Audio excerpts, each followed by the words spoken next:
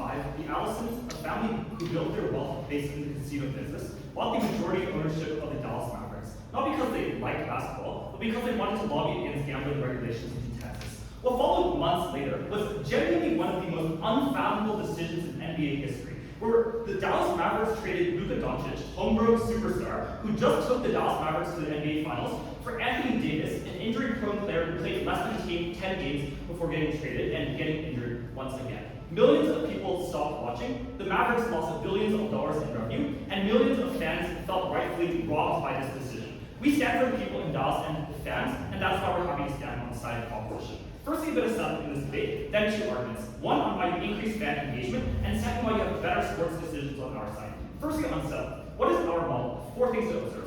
First, this is a motion about a veto. That is, it is the ability to block a decision after it has already been made by the club. It is not about sports fans making active decisions on our side. Second, this is only about player personnel, as the emphasized suggests. It is about acquiring, releasing, drafting, trading, or negotiating contracts. And it is also only about sports clubs within leagues like the MLB, the NBA, NHL, Premier League, etc. It is not about things like coaching staff or play styles or the specific coaching plays that teams make.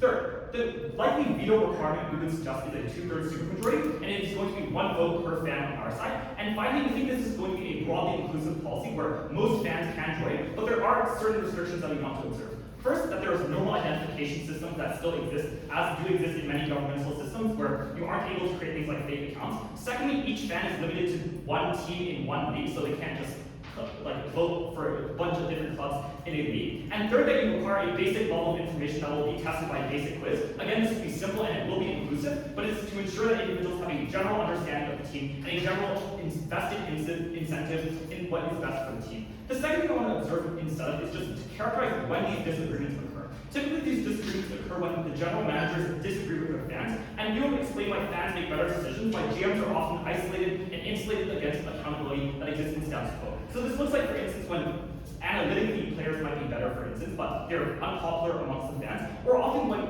they are just analytically bad as well and also unpopular within their fans as well. We'll explain why all the cases in which this debate occurs are bad on their side. The first thing is that you increase fan engagement on our side. And I'll note that obviously there are other ways people engage with with teams. Obviously there are other reasons why people engage with sports as well, but the claim exists on a spectrum, and the claim massively increases fan engagement on our side. That is a positive benefit for all actors involved in this round. Why is this the case? The first reason is that you have more agency on our side. The analytical reason why this is important is self-determination theory. That is to say, people derive pleasure from the ability of making choices. That the feeling of control is valuable and pushes you to engage more, to learn more about your sports team and club. In the same way people don't vote or don't engage with politics if they believe change is impossible, we think often people become disillusioned with teams and they don't engage on their side. And I really just want to illustrate what this looks like. On our side, it means the fans have far more connection to the teams and players because they're the ones who actively chose them. They feel like they have the ability to make an influence on those decisions. That when the player that you advocated for scores a goal, or when your team wins a close game, you feel like you made an active contribution, that you weren't just a bystander on the sidelines, but an active contributor in that decision. Now on our side, when you have more influence, that is when you have more incentive to actually learn, when you have incentives to actually watch games rather than just scroll social media, when you have incentives to do things like read analytics and read what is going on with your sports team. And not only is it for your own engagement, but it now is that you're able to contribute to something that is bigger than yourself. And I think there's a revealed preference in the status quo for fans to try and do this, where fans often try and chat at sports games, for instance, to try and influence the games, where they often comment or tag the GMs of their teams to try and influence them. But it is only through our veto that they actually have a mechanism to exert their influence. And although this mechanism is independent of what types of decisions are actually made, it is independent of whether the decisions are actively, practically good or not. In many cases, it is genuinely ambiguous. But even if the team is worse off, fans are still far more engaged on our side. That is why, for instance, that people are still fans of bad teams in the status quo. That is why people, for instance, vote. Even if they don't win, they feel good from the ability to vote and exert influence over democracy. It is that you have more influence on our side. You feel more agency and autonomy, and that is a net good. The second mechanism is that you improve community on our side as well. That you create things like cultural flashpoints of discussion on our side, where people coalesce and talk to each other at bars, where more engaged fans have incentives to talk to other fans and inform them, where your friends or coworkers have incentives to talk about these teams and encourage you to vote and encourage you to act in certain ways. I'll also observe there are two unique magnifiers of this impact. One, but often many fans are just unable to engage in other alternatives, right? So many fans cannot engage in in-person games because they lack the capacity, they lack the financial ability to do so. But secondly, that you have far more engagement in the off-season on our side. This is where the majority of choices are made. On their side, this is 3 or 4 months where fans just have nothing to watch, they have nothing to do on their side. On our side, it helps you turn that time into a valuable experience for fans as well. 2 important implications of this argument. One, that on individual fans, this is a massively important argument. That sports is central to the identity of billions of people around the world. That people use sports as a form of escapism against the mundane nature of their life, where people often work, they watch sports, and then go to bed, and have nothing else to do than using film. On our side, you unite these individuals and you improve the quality of their lives in drastic ways when they feel more agency and autonomy over the teams on our side. But secondly, we think there are also large-scale impacts that are important to consider in this round. That on our side, you have more revenue for clubs and leagues because people will buy more tickets and jerseys when they care more about these leagues. When people go to more bars and watch games with their friends where they're genuinely invested and interested in these leagues. And I think this is important, right? That often club revenue translates into important things as well, where these clubs often do things like invest into youth sports, for instance, or just increase the salaries of players on our side. Also, that sports has a massive economic impact, where often sports stimulates local economies, as seen in Ohio after LeBron left, the economy was quite devastated. Well, for the second thing, you might make better decisions. What top status of your team voting for you on that one-time system and sabotage your performance? So this is a veto and it is a 2/3 majority. The haters are the vast minority of cases. You need to engage with the majority. Second thing is that you make better decisions on our side. The first thing I'll prove is why managers on their side often make poor decisions. One, often they're profit motivated. That's to say they have a tendency to do things like lowball players, even at the expense of fans, even at the expense of their team's well-being. Secondly, often the people who purchase things like sports teams have poor incentives. There are people like the Allisons, as I suggested in my introduction. These are people who buy sports teams because they're non-depreciating assets, things that will continuously go up, or for things like tax amortization, where they're able to claim these things as expenses. Third, but often this is not a competitive industry, right? There's not many people who are trying to become general managers or have the capacity and financial ability to become general managers, and so they lack the positive incentives. But second, that they often lack the capacity, that there's limited connection with these individuals, with the teams, and this is especially true for poor teams or tier 2 leagues, which also exist within this round. The problem on their side is that they're insulated from their bad choices because they believe that fans will still engage even if they make bad decisions. Why is our comparative better? Firstly, on incentives, we think teams are massively important to individual fans, that people construct their identities on it, that they have a long-term investment because often they live in the cities where these teams are built, and that means that they have massively positive incentives on our side. But secondly, they have the capacity, right? They often do have access to the same information that general managers do. They have access to things like analytics, they have access to things like commentators who break down the sports, and there's a law of large numbers that exists on our side where different biases and different preferences aggregate and ensure that decisions are better on our side of us. And so I think there are 2 important impacts of this argument as well. One, that you prevent bad decisions like the Luka Doncic trade that genuinely alienate massive amounts of fans on their side. But second, that you have a more equal distribution in sports leagues on our side, where you weather the power asymmetry that exists between sports leagues when you have fans directly involved. Democracy gives power to the people, proposition gives power to the fans. Proud to sound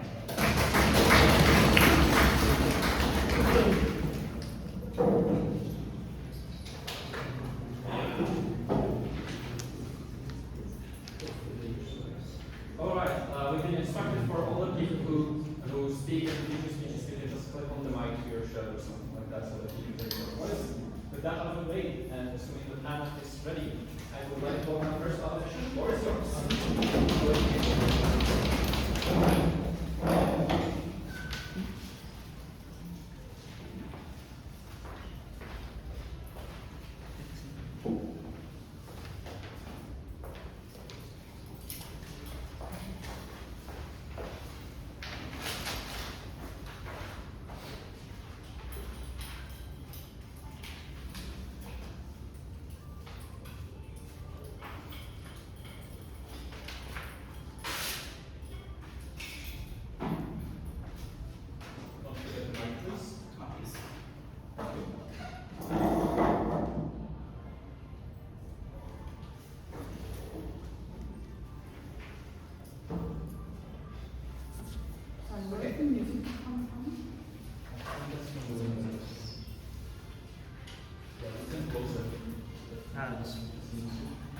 Which is it? These 2 windows only? No, it's fine. Right. Okay, can I have any feedback? Yes.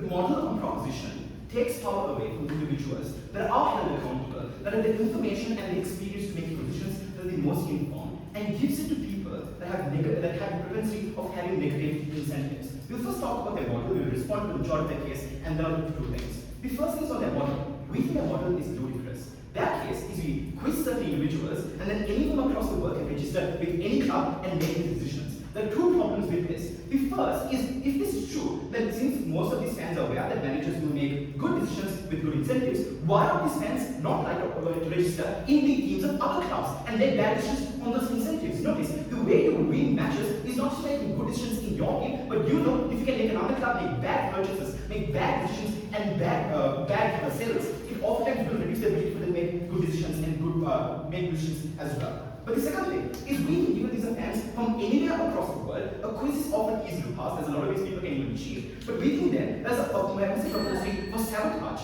Notice on their side, given these people can often now go and vote in any club they want, you can now get a 2/3 majority. It is possible even if it's slightly on every single instance. But two, the people that make decisions on their side then aren't going to be the most loyal fans that are guaranteed the most amount of information. But people that are simple watchers now that in many instances don't have epistemic access to the most important nuances of a club, but secondly, in most instances, vote because they want to be included, but then result in making incredibly life-changing decisions for these players and managers. I would respond to that claim on the fact they improve enjoyment.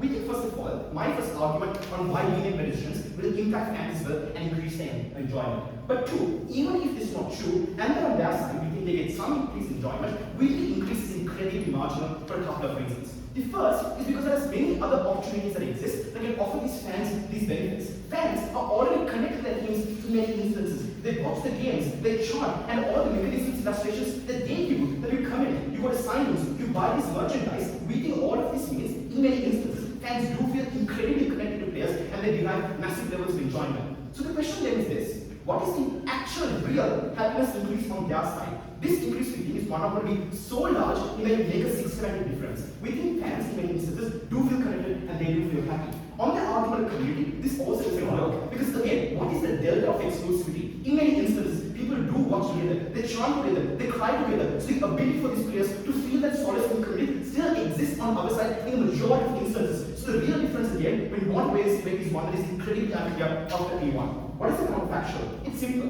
We would mandate and give the ability for coaches now and the team coaches and managers to now have the ability to veto decisions. So in the instance where you want to make sales or buys, the coach themselves can veto decisions that the board officials want to make. So all the examples in the beginning about corrupt officials and like bad owners that have selfish incentives are not the main strategy they can win because with the coaches and managers can also make more informed decisions. Two arguments in this speech then. But before that, I'll give you one.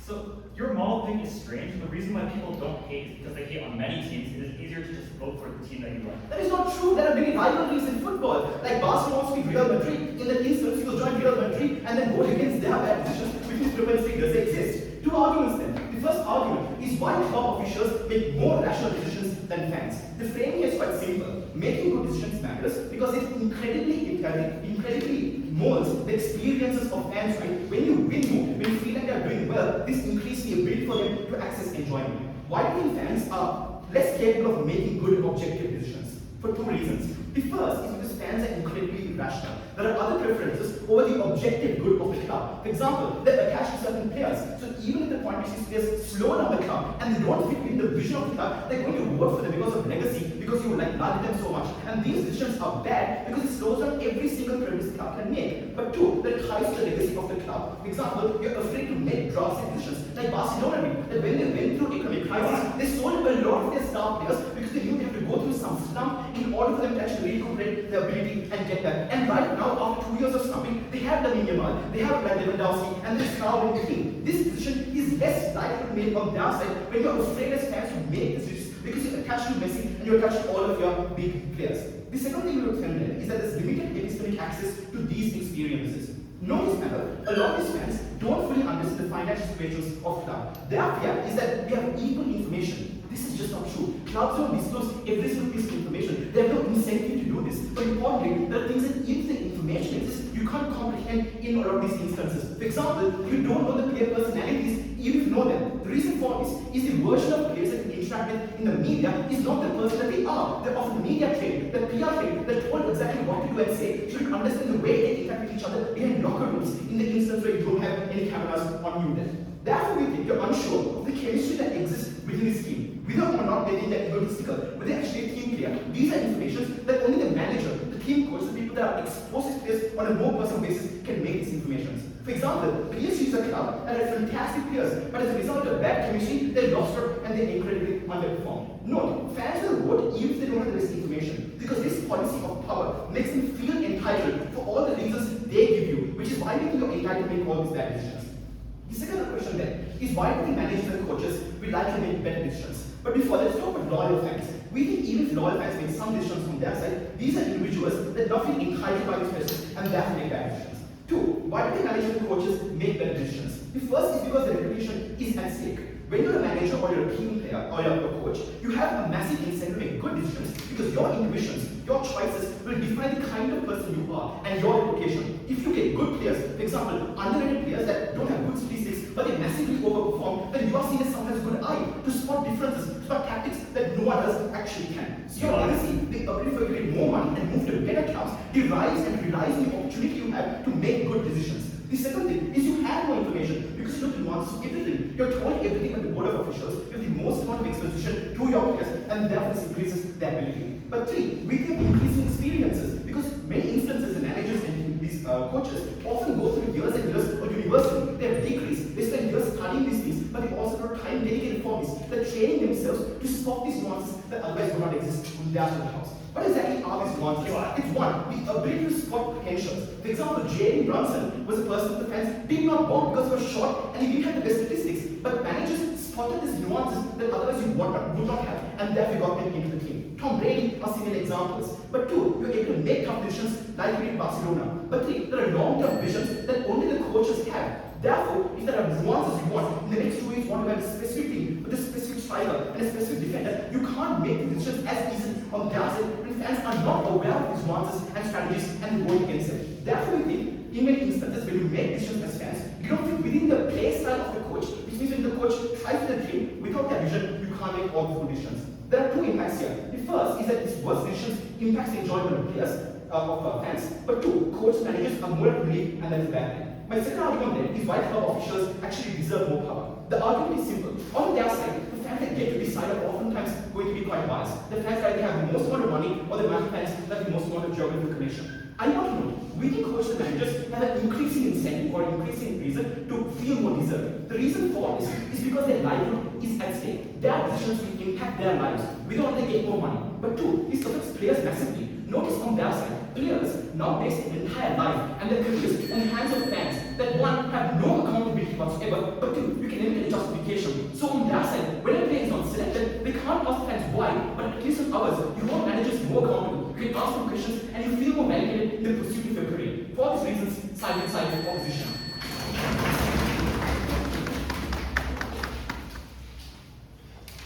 Thank you, Mr. First Opposition Speaker. Already. Second proposition, floor is yours.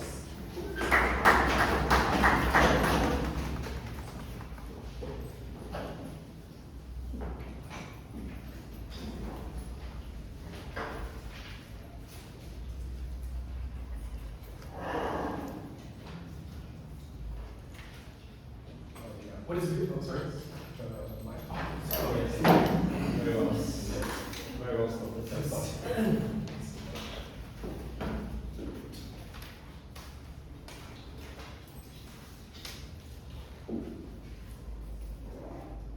What's good for the general manager and their resume is not good for the fan that has to sit at home and watch their team loses. When my coach Brent cried after the Blue Jays lost in Game 7 of the World Series, to say that these fans do not have an incentive to care about how their team does is ludicrous. We think then that the better decisions that they try to push as their path to victory are a wash, but ultimately wasn't known as the extent to which fans feel connected to their teams. A couple things in the speech. First, why are the model plans completely insufficient? Why do I not have to take them seriously? Second, a claim on fan engagement. Third, who gets better decisions. Fourth, I'm going to make a brief argument about players. Let's talk about those model things. They say that you're going to go sabotage other people. Just know that you have to get a 2/3 majority in order to do this. I don't think this is that realistic. But the fact is, as Terrence points out in a POI, if you have many rivalries, Barcelona does not just dislike Real Madrid, they presumably dislike many other fan bases. It is much more efficient for you to join the membership fan club of your team that you like rather than the teams that you dislike.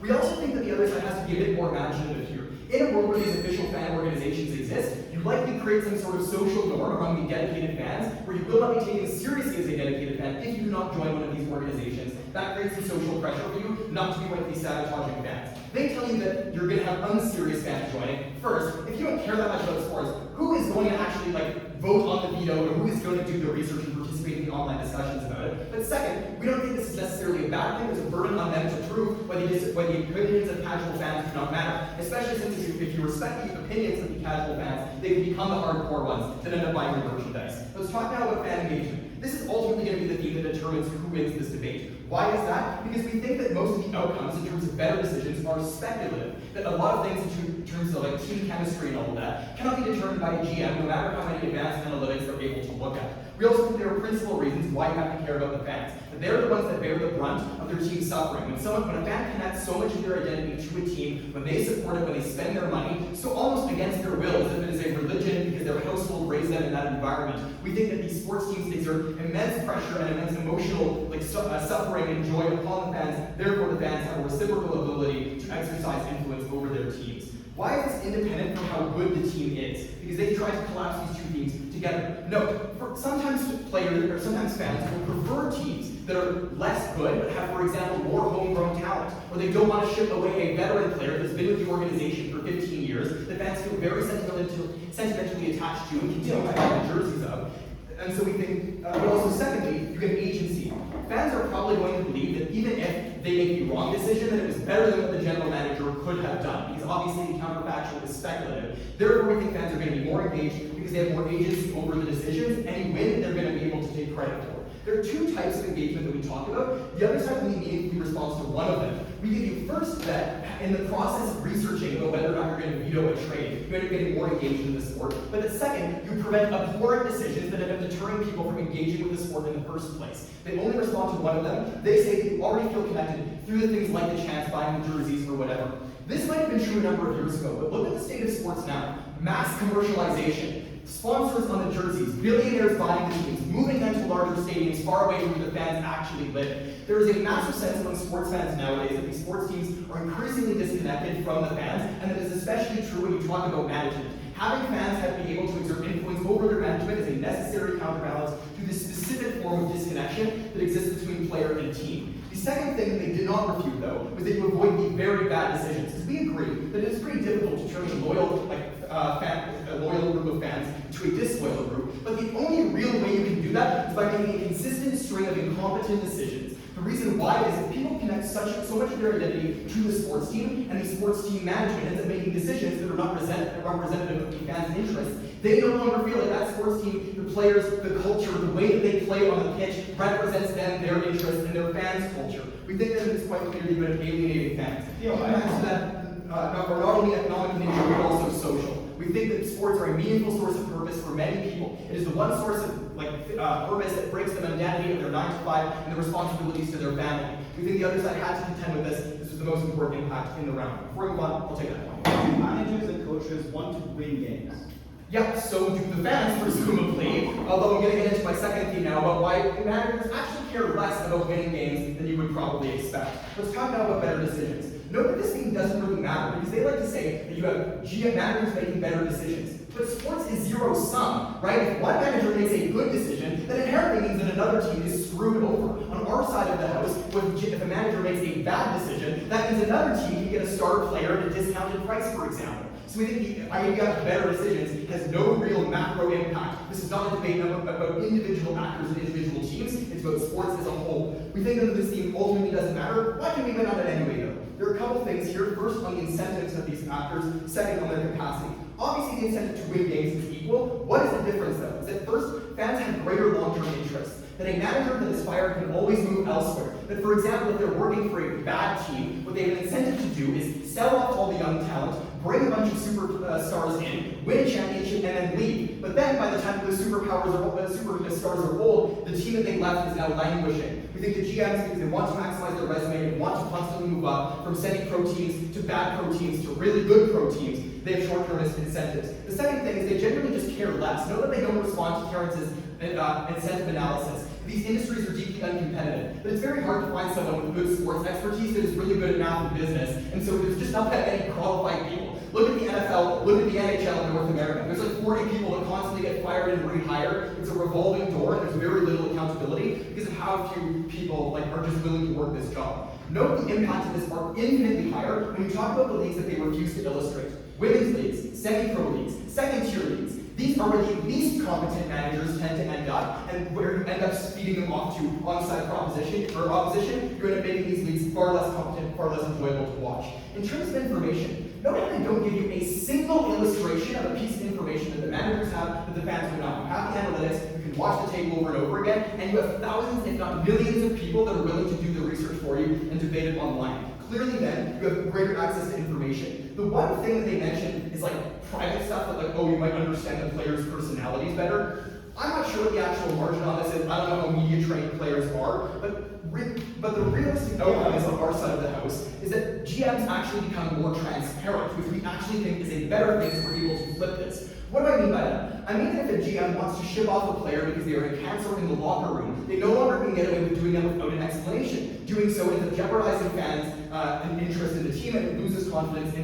the manager. Because now they risk the veto and they don't want to get veto because that makes them look deeply incompetent, they will justify their decisions much better on our side of the house. Let's talk now about players lastly then. So, why is it that players are much better off? First is that players' interests are much more likely to align with the interests of the fans than the managers, because of those short-termist financial incentives that we mentioned. For example, in the case of Roberto Luongo for my hometown Vancouver Canucks, where the managers consistently lowballed him with contracts until he got so offended that he up and left the team and refused to continue negotiating. Players would not do this when they have such a beloved player on our side of the house. But second, in terms of consistency, that if you're a player, I can probably gauge how much the fans like me by just going to Twitter. But I can't really gauge how much my manager likes me, because he has an incentive to be ambiguous. He has an incentive to not make it clear how much he likes me so he can keep me on a leash, he can keep me working hard, and make it unclear how much leverage that I have. On our side of the house, fans understand the likelihood that they're going to be able to understand the probabilities of them being shipped off, so they can do things like long-term financial planning or make better career decisions for themselves and their families. For those reasons, we propose.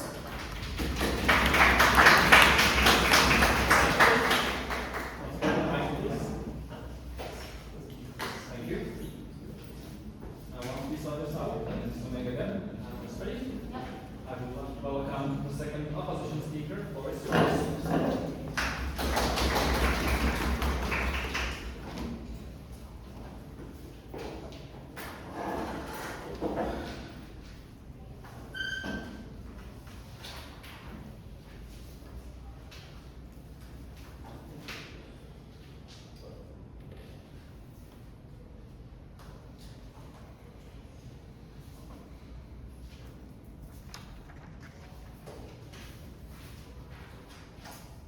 On my ride from my home to the airport, the car driver that I was with was an ardent football fan. He thought he knew everything about football. He thought that Brazil would for sure be in the finals. He thought for sure that Portugal was going to beat Spain. The point is, this didn't happen. This is because the average person is overdriven by the emotional backing they have for a team that the actual information and statistics behind it, and this is the thing that they don't respond to, and this is what loses proposition this debate. Two questions by speech. Firstly on performance, secondly on education. On the first thing, on performance, there's a couple of layers to this. The first thing proposition pushes is that fans have useful information. I'm just going to respond to this and actually flip this up.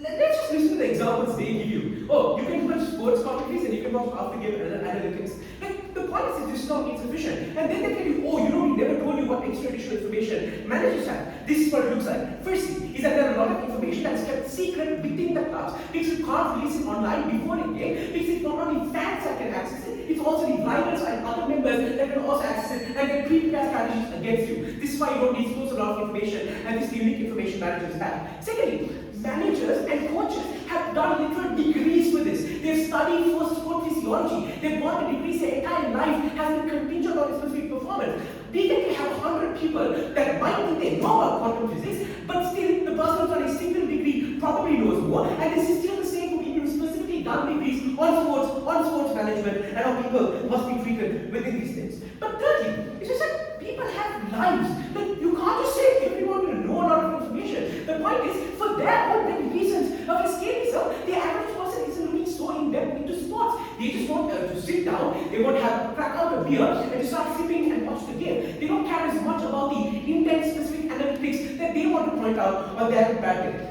But then, proposition tells you that, oh, in these instances, maybe the fans might listen to managers. The point is two things. Firstly, is that fans themselves, on their comparative, feel like they have a claim onto these clubs. Meaning, even when they don't have sufficient information, they're still going to go ahead and make decisions. And we already pointed out why that additional amount of information is crucial when making determinative picks in clubs. But secondly, is that fans are largely distrustful of managers. This is for the same reasons they tell you. Managers are often swapped around. Like Jose Mourinho is a really famous football manager, but even the people or the clubs that he manages often don't trust him because they think they swap out a lot. The point here is even when managers make good decisions, fans are likely to oppose it because they think they know more and because they feel like they're connected to clubs a lot more. All of this means is that fans make worse decisions on their comparative. The second thing they tell you is, oh, managers are bad people.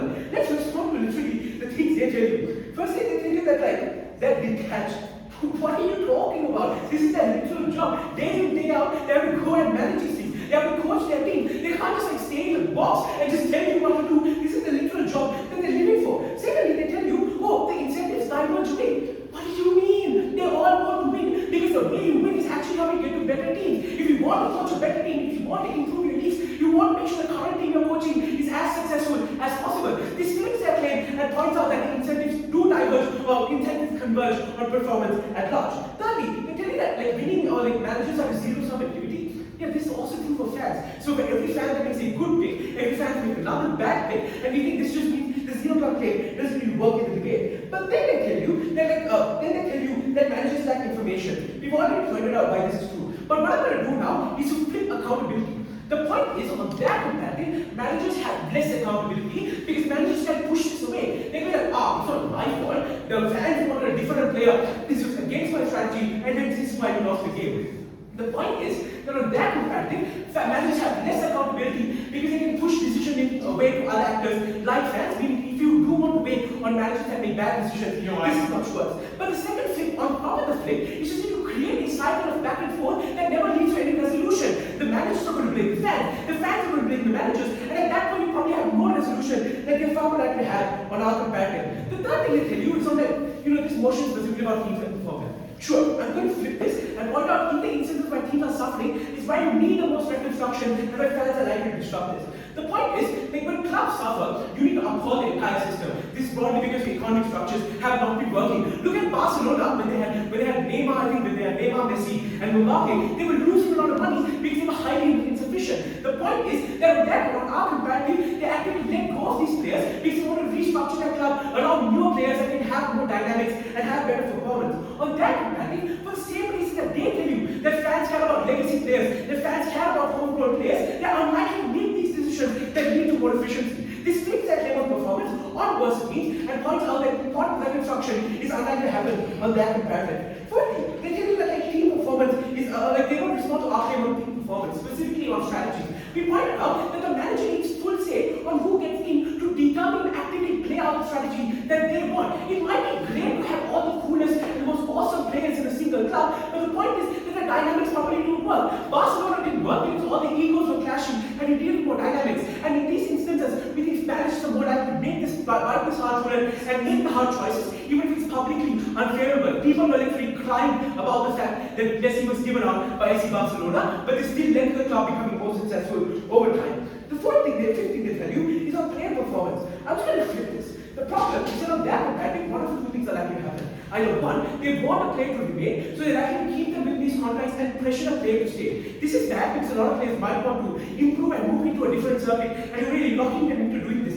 This might just be enforcing the contract and enforcing the fine for a player leaving earlier. Whereas on our comparative, the managers want this player to leave as well. This is unlikely to be enforced. But secondly, is even if they're able to retain players, we think this is a bad thing because the managers are not happy about this. So what are they going to do? They're going to bench this player. They're going to make sure he doesn't play at all. What this means is player performance is flipped as well. At the end of this clash, they can't claim performance. These are going to be better performance performing in our world, we think teams are far better on our comparative. The second, before I go to my second question, engagement, sure.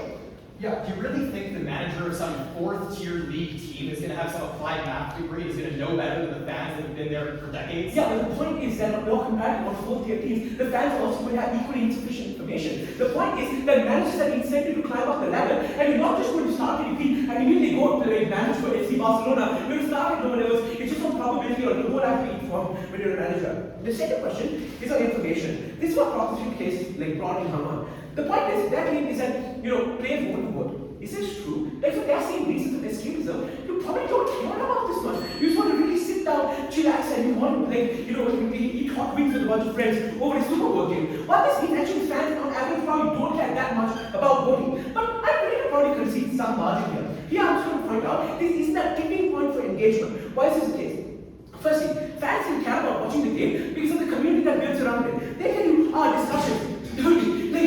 If you go to a bar in Kenya right now, even though they can't vote, they're still going to be talking about the game. They're still going to be watching this game. Tomorrow when we all go to watch party, we don't need to go to have discussions. We think this is broadly symmetric. But secondly, it's because of this that culture still exists, meaning that fans are still likely to remain. But secondly, and we're going to flip this. On the point of performance, we think over time when a club continues to perform bad, because of the back and forth we mentioned our first clash, that is the point at which fans leave. Because they feel like, even though I've given a vote, this actually doesn't lead to any sufficient outcome because the managers keep disrupting the strategies. This back and forth is actually what leads to more people leaving teams on their comparative. But we think broadly, for the reasons mentioned earlier, teams are unlikely to leave in the first place. This mitigates most of their claim on harmony and performance. The unique delta is you're able to win more games in our world and you gain more money. How does this weigh the debate then? Very simple. People are going to want to watch comparative comparative. People feel more happy when the teams they support are more better performing, and that's more healthy on our comparative side. Thank you, second opposition speaker. Don't forget the mic, please. And the vote. Yes.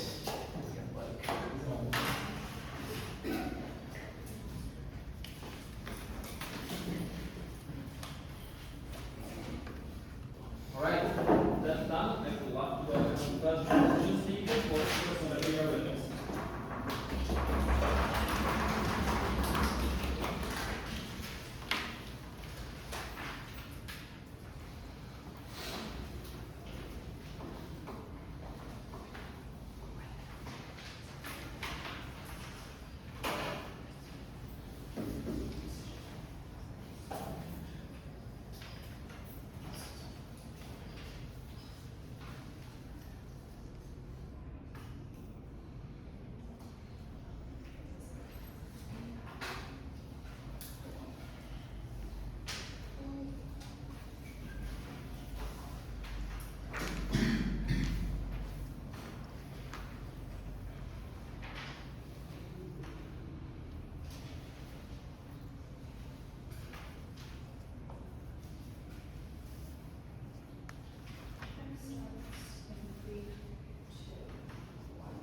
I want to start by dealing with the weird model of the Wolves outside opposition because I don't think they're a legitimate pathway to winning this debate. Let's start with dealing with their counter model. They say instead of giving veto power to fans, we should give it to the coach. The reason why this doesn't work, there's two implications of this, right? One, this proves that power shouldn't be in the hands of general managers.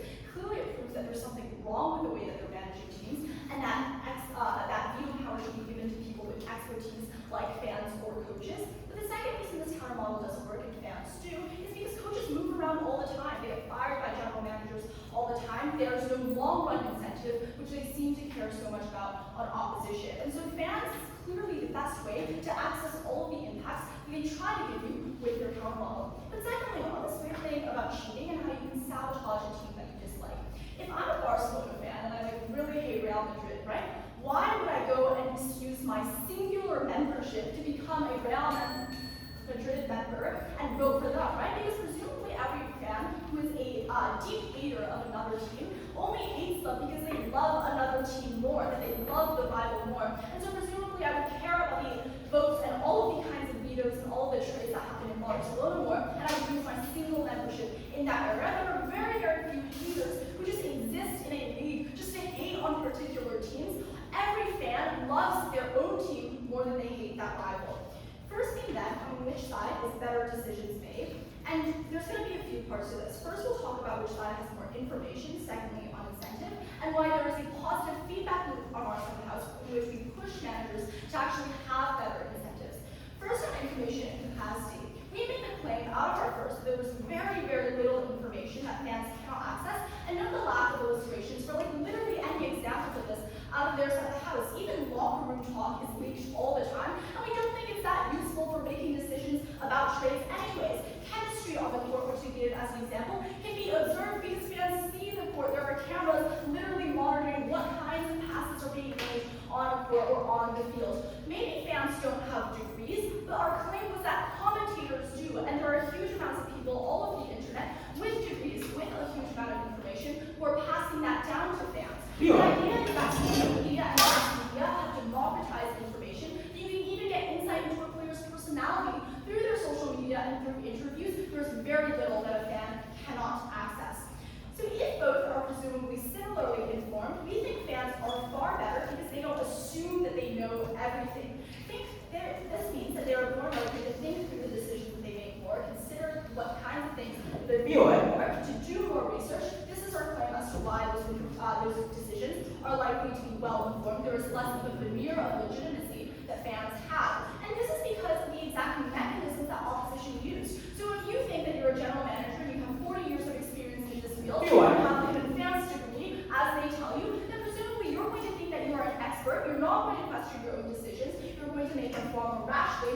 Structurally, it means the decisions we get are far better on our side of the house. And emotions don't cloud fan decisions because there's time given for them to cool down. Right? You don't come immediately home from a game and just vote on the veto. You're more likely to consider this decision deeply, especially if it's about a team you care deeply about. You're going to take time to do that. Secondly, on incentives, we'd say that managers and owners are profit incentives, and this has are profit motivated. This was never contested, but it has a few implications. One, they just care less about the team because teams generally always are appreciating. It doesn't actually matter if you win or lose, so long as it's an investment that will make you more money in the future when you leave for another team or when you sell that team. Secondly, their long-run thinking claim falls, and we can actually flip it. The example of like Barcelona's gamble is so cherry-picked. That gamble could have very well failed. There are millions of examples of gambles exactly like that failed, right? But secondly, Barcelona probably has better managers than 99% of teams. And we weighed this argument most heavily on teams with bad managers.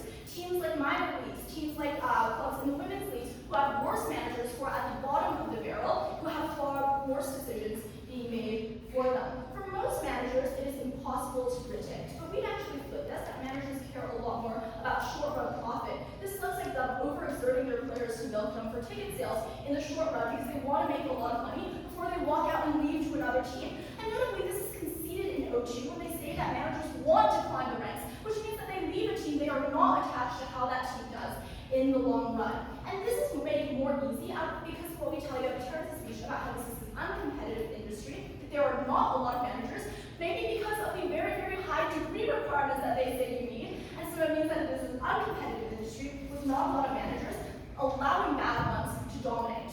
So second part of this, or third part, sorry, and we're going to flip the second argument in this, is that fans are actually going to pressure managers into having better incentives on our side of the house, so we correct for all the things that I just told you about. Their claim on official accountability was wholly underexplained, though it was only 30 seconds. But our claim was that, our flip was that general managers, when they know that fans can veto, and they know that it damages their reputation and their legitimacy, they are far more transparent in terms of sharing information with fans, so that fans are aware of why they're making those decisions, and fans are less likely to be upset with them. They're probably more likely to think through those decisions and make better ones.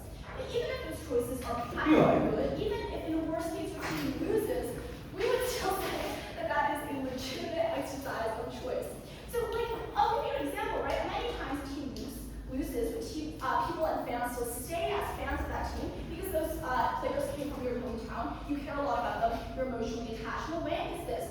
One, there's principle and fan choice and agency, that teams are deeply attached to fan identity, and fans cannot opt out, right? Your whole family and your city is rooting for that specific team. You pay and fund that team, so the implication is this. You don't need to be an expert so long as you care about that team. You are entitled to having choice over it because it is literally a part of your identity. When the composition of that team changes, your identity is altered.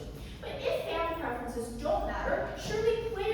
preferences do, as O1 tells you. And we told you Zach's argument, this is why it's round winning. Yeah. Their interests are better reflected by a fan veto, that fans care about players more, and this is most important for the bench players that O2 talks about, because they get tossed around by coaches, and fans who care about them a lot, even if they're not a very good player, are likely to advocate for them. So we think that general managers are possibly like the least honorable actor in this debate. They can move around. Fans are stuck. Players are stuck. They're the most important actors.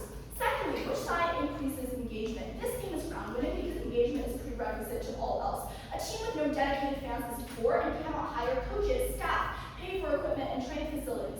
A team with no fan engagement has no one chanting their name at games, no motivation and morale for their players. So what did we tell you on engagement? People need to feel power over this part of their identity. When the player you advocated scores a goal, you think that you are responsible for it, and you voted for that player who scored that goal. Their win is your win. You will watch for their number on the court. Secondly, that there's a sense of community around these videos and around those votes. This cannot be replicated by being in a bar because you have no control over what was happening on that court. Why was this exclusive? And don't let opposition weigh this out or wash this out. One, that many other forms of engagement were just too expensive, that going to games, that buying merch, buying tickets, you need to be at the game in the first place to participate in those chants. That was not accessible to those who are poor. But secondly, in the off-season, this is when teams need the most money because they are training and spending money on things like that. And this is when fans can actually engage when otherwise they would never have the chance. The margin is this. On the most egregious things, fans can leave and exert their influence on outside the house, and in marginal case, fans are more likely to buy things than merch. Not for the mic, please. Thank you. And I also see a paper there.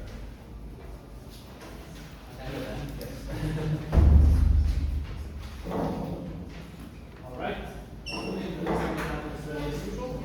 Okay, I would love to welcome third opposition proposal, the constructive part of the case period.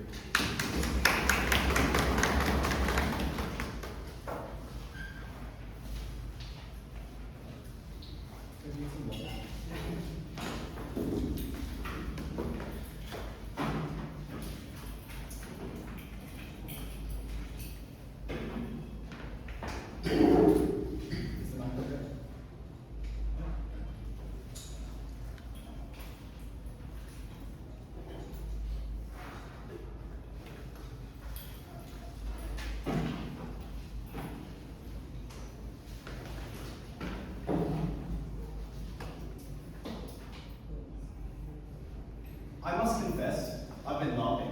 I say I watch football, I say I know a lot about it, and I know which club's going or which team's going to win, and I support Argentina. I don't know anything about football. I just see the clips on YouTube and I think this is super cool, and then I start following the team. And that is the vast majority of players, especially in the big clubs. We think big clubs matter more than any other club in this debate, because just empirically more people follow them, and when they make big decisions, they have devastating impacts for the team over time, and that just means that there's like huge outcomes in that case. What we think then is that there are a lot of casual fans who get overrepresented in the powers that they get as a result of this veto, who then destroy the conditions for the fans they actually care about. The fans like that coach who cries when they lose a game. Those are the people that we actually get on our comparative, given that these individuals are more likely represented by the managers who we think actually have good outcomes and actually care about the team to a greater degree. The first question I want to deal with then is this pretty good strategy that they come up with in the second speech, where they say that it's zero sum, which means that if a player gets moved from one team, then the other team benefits as well, and that means there's a good thing.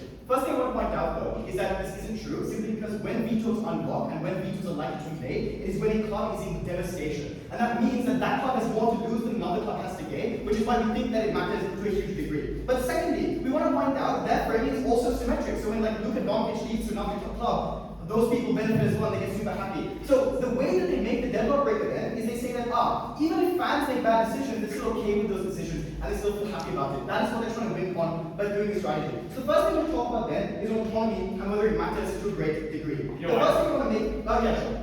Yeah, so the reason why there's greater asymmetry when you talk about fan engagement is because, yes, the Lakers got better, but Lakers fans were far less happy than Mavericks fans were sad. Yeah, sure, but the point, and okay, so that might be true. That's again symmetric. Bad decisions get made, other teams benefit as well. But the point I want to make though is that this idea of autonomy just isn't good enough, right? Because firstly, that actually depends on how representative really deep, ardent fans actually get. And we don't think that is a great degree, simply for the reason that when we have big clubs, lots of people just know tiny amounts about the actual sport itself. They maybe just support Lamine Yamal, they support Messi, or they support Doncic himself, and that just means that these people are overrepresented and bad decisions get made. But secondly, I'll make a flip to autonomy, that this puts a huge amount of pressure on these people. They have lives, like we tell you, across the bench. They have other things to do. But now, whenever a decision gets made, they have to be voted, otherwise there's a chance in which a veto gets made that destroys their club, and then they feel bad about it. So we think that makes it much harder. And even if there is a two-thirds majority, we want to point out though, that like lots of people might not vote in all these instances. You force them to vote, and when they make bad decisions, they feel guilty, they feel worse about themselves. You make a more toxic fan base from that comparative, but people are fighting against each other. You shouldn't have made that veto. We should have made that veto. And that just means the community actually starts ripping apart, and that's an actual flip on that comparative. So the best autonomy claim is kind of marginal, but at the worst, it gets a lot worse. And we want to point out then that decision making actually does matter, because it's not just zero sum for the framing that I give you, which is if you have a club that is in financial disrepair, if you have a club whose team isn't working, even if another club benefits as a result of a trade being made, that club suffering into the long term means those millions of fans who support that team suffer to a great degree, which is why the decision-making clash actually matters, and I'm done with that positioning now. So the first question then, actually, is which side makes better decisions? And we tell you a few things. Firstly, I want to clarify when we say managers, really in the Premier League sense, we're talking about the coaches as well. We give them a direct veto, which means that they, even if the people up top, the general managers, even if the investors have bad incentives, now the managers themselves have a veto. And that means that they can have long-term visions and make good plans as well. And I've done the framing as to why the small teams matter less. I'll talk about it in a second. Why are these individuals super important? The reason is very simple. They are the ones making the decisions. They are the ones in the long term who choose to play Messi like Pep Guardiola in a false nine, which then makes him one of the best players in the world. No fan can choose to do that. No fan can understand the long-term vision, and the long-term vision does not work if the coach just goes out and says it. So this claim on like better accountability is also bad, because like we think they'll just lie, they'll just say false things, and that transparency isn't going to manifest as anything good. Anyway, but they have more information. They continually make this soundbite of, oh, we don't give them any like examples of this. We tell you a bunch of things. Firstly, player dynamics aren't just on the pitch. It is how often they pass to each other. It is how they feel in terms of the locker room, whether they feel motivated, all these sorts of things, whether they are happy playing alongside Neymar. All these different things mean that only the coach or people who are directly involved in managing the side of the team are able to get that information. But secondly, again, it's the long-term plan. When you buy a player, you don't necessarily put them in the exact same structure. You plan to change the entire team. You plan to change the formation in football. All these different things make the game interesting. Make the game more strategic. It allows for long-term narratives to play out when you make these sorts of changes. And that's completely destroyed on their comparative, because you need to have full control to make long-term decisions and things like that. And also on this financial thing, they say, look, these investors are profit motivated, they're going to make major problems. And I ask them here, why? Do these people care about their club succeeding? And they say yes. And that's exactly what we're telling you. Even if middle managers move around from time to time, the investors at the top generally stay the same over a long period of time, because that's how they get long-term investment. When they grow the club, when they make more ticket sales, when they get into higher leagues, especially when thinking about league football, and make much more money, so they have this long-term incentive. The coaches can't just screw around and mess with one team and then get into a better club in the future, because that damages that reputation, it damages their legacy. That is exactly why they care so deeply about how the club performs, and that's why they're going to make good decisions. And if there are clubs and managers who make bad decisions, like the Mavericks example, which I don't really know about, you want to point out that if they own the club, they can do far worse than just bad trades. It's unlikely to be a big issue in the first place. They can just throttle funding to the entire club. They can just make the terrible decisions in terms of how the club is managed, or in terms of resources that these players get, and propel the club in that way anyway. So we don't think that that's a good example either. Why are the fans going to have bad incentives and not know about these sorts of things? Yeah, so we talk about fan culture, but know that GMs, when they're only surrounded by a small team of scouts and a culture of yes men, where the owners will fire them if they disagree with ownership, we think you create the same echo chambers, the same culture of yes men, if not worse. Okay, let's stratify this. In smaller clubs where they want to talk about, we want to point out that we think the average player is going to be way too involved, because they're like, oh, we have terrible management, which is why they keep making decisions every time, they veto every decision, and they try and do too much. And what that means is, even if you have a bad manager, they don't have the snowball's chance of hell of making even some competent plan of how to reform the team. That gets worse. For large clubs, this isn't true. They just have the money, they have the statisticians. You don't need one guy doing all the jobs. You just have a board of people, some making the financial decisions, some making the player decisions, and they aggregate those choices in a much better degree than they would on that comparative anyway, so we don't think that's a problem. In terms of fans, there are a few fans who know what they're talking about, casual fans, and these people dominate, ardent fans, and they dominate at the top. Casual fans are still going to vote because they get all the autonomy idea that they really want to, and that just fuels all these problems. It means that you get factions, you get blocks in terms of the veto, and that just causes community division. That means that people hate each other, and the sport that you once loved turns into something that is stressful and not enjoyable for you. So even if it is true that like we need a 2/3 majority, the point we want to make is ardent fans might be split in half as a result of certain casual fans supporting one bloc over another, and that just means you get worse decision making altogether. But the important framing then is on the financial aspect of things. Who deserves the vote altogether? This is my final way. We think the investors deserve to have more control because their entire livelihood is on it. That's their stake, that's the money they've invested. The coaches deserve to have it because again, it is their career, it is their livelihood. Those are the individuals who don't deserve to have their voices lost. We think the players themselves are actually worse off in that comparative because we think that especially in smaller clubs, the fans are not going to let you lead to the big leagues as a result of them thinking that their club's going to suffer as a result of it. So we think the players are better off in our comparative as well. We care about the players, again, it's their entire livelihood, it's their entire life. So we think maybe they benefit fans in general, but they don't benefit the ardent fans necessarily because the majority of people who just like casually watch football are still going to vote, and that's not a good benefit. But altogether, we need better decision making because people who know what they're talking about are not making the decisions, and it's therefore a lot better. Cyber Sri Lanka. And now it is time to welcome the reply. Don't forget to introduce the microphone, please.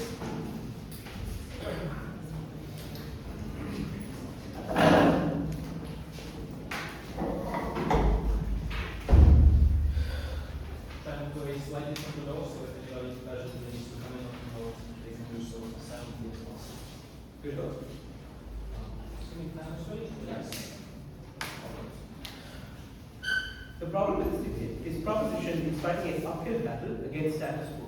They tell you that engagement doesn't exist. They tell you that fans and clubs are literally dying. They tell you that they need to literally boost the economy after LeBron James left. The point is that this is just not empirically true. You look outside, sports is becoming more popular than it ever was. The Premier League last season was the most viewed Premier League over time. We think generally, because of the reasons they tell you why people are becoming increasingly more tired, people engage in sports regardless, and this is the thing that they are going to concede on their comparative. We've already told you that for the vast majority of fans, engagement through voting is not the specific tipping point of their engagement with teams a lot more. We've already told you in first that fans or managers have an incentive to care about it, but even if that is untrue and you don't buy this, we've told you that this is just not the most important thing. They tell you, oh, community, we've already taken on community, that's why property doesn't explicitly respond to it. We think community exists because you can't just, you can't just say that status quo doesn't exist. Secondly, we told you that it's mostly about enjoyment. It's about wanting to see your team win, and that is what they care about most. And that is then how about the second question of team performance,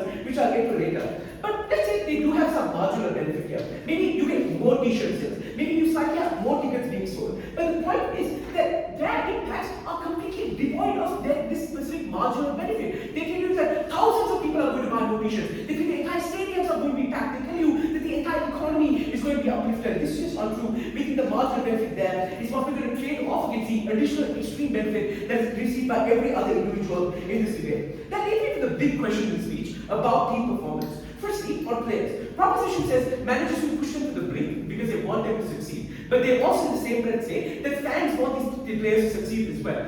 Like, what? So on either comparative, both want them to win and they both are probably going to push them. The delta here is on how you specifically push them, and I think managers, when they given the option of strategy and picking specific players, are probably picking this a lot better, and I think players are better off. But even if this is untrue, they should respond to the thing that we point out, is that if players are kept, even when managers don't want them to be kept, these players are just going to be treated horribly. They're going to be benched. This means that their marginal benefit on players doesn't manifest at all, and we think giving players more autonomy, but they're allowed to do a club, and they're not restricted by the fans that want them to stay. Secondly, on team managers and the sports economy at large, the point is that fans are probably going to watch regularly, but even if there's a margin, we think the money you get from performing more is higher degree of money than the marginal benefit of like 100 or 1,000 people buying t-shirts. Why is this the case? Firstly, we pointed out that performance is just better, and this is to the flip that we pointed out on accountability. Even if managers are or have potential to be bad, it's much worse when they say back and forth over accountability, meaning that managers never take the full blame. This means managers on that comparative have a lot more moral hazard and let teams fail to a larger degree and never respond to this in turn. But the claim here is just that performance is worse.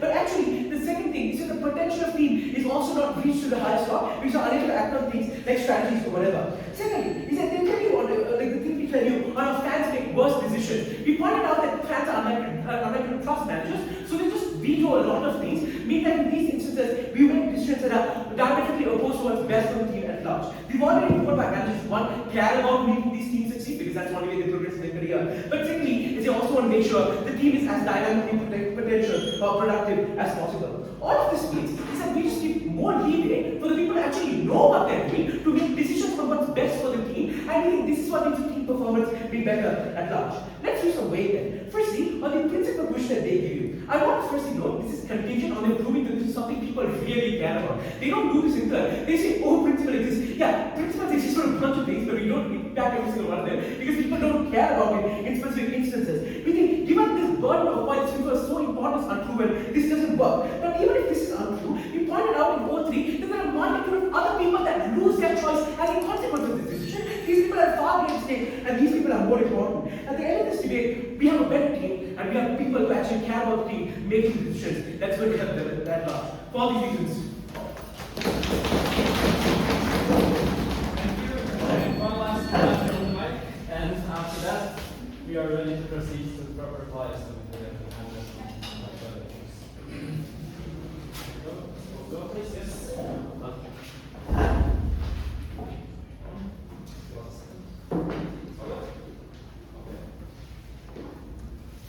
Sri Lanka has a damning tension at the core of their case.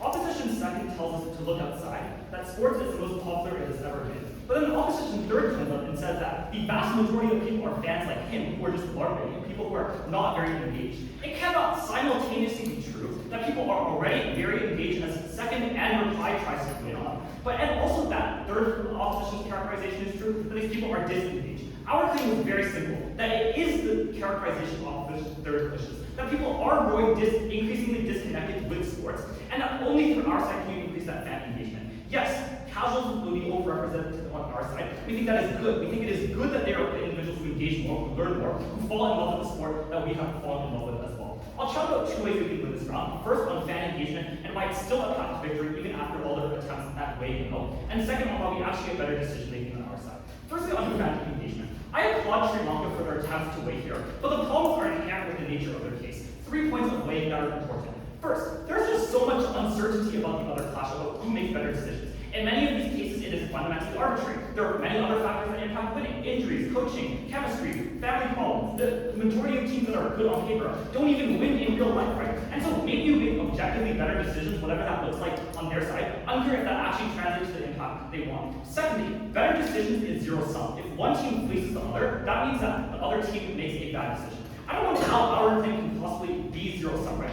Our thing is that engagement is independently better, even if the team is materially worse off. That people have agency on our side. People are able to select individuals that they actually want to watch, and that they feel far more connection and community to those teams on our side. But finally, and here's the important way, that our claim applies in all cases. Bad decisions only apply when the veto is passed. But in the majority of cases, if the incentive analysis of both teams is true, where both the GMs and fans have positive incentives for their team, probably the veto won't even pass, right? Well, the difference is that on our side, we have the agency of using that veto. People feel they have control over their team on our side. What is the margin of this clash? The margin is that on our side, you have former agency, and that is in and of itself important. That it is deeply fulfilling to be part of a team, not just a bystander as they would be on their side. That you have a feeling of control and power, and that it is independent of whether it is good or bad. And there is genuinely very little response other than the fact that people are already engaged. If you look at the real world, aside from the introduction and Vlad's attention, there are many clear margins that they never respond to. The fact that, for instance, many people cannot engage in the other ways that they illustrate, that people will not engage in the off-season as they suggest, and that the era of sports is one of disconnect, and that you solve that on our side. So we give far more meaning to individuals who otherwise live very mundane lives. That is the most important actor for all the way that we've already given. Secondly, let's talk about decision making.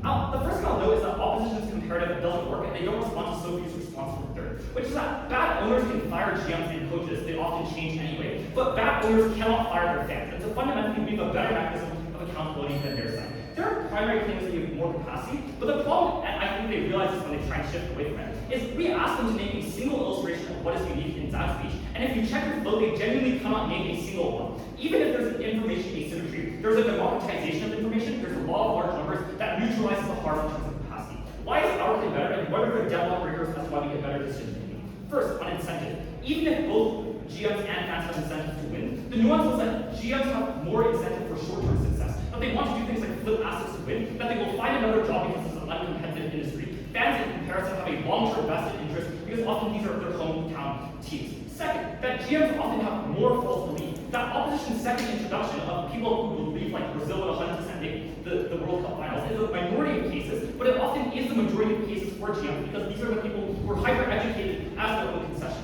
And third, that their claim at best only works in tier 1 leagues. That is not the vast majority of leagues. The vast majority is tier 2 leagues, women's leagues, the other leagues that also matter in this round. When Don Guido traded veteran captain Kovac from the Atlanta Thrashers for financial reasons, the rest of the roster changed. The team didn't get worse, but what did happen is they lost massive amounts of revenue. For that reason, happy sentiment.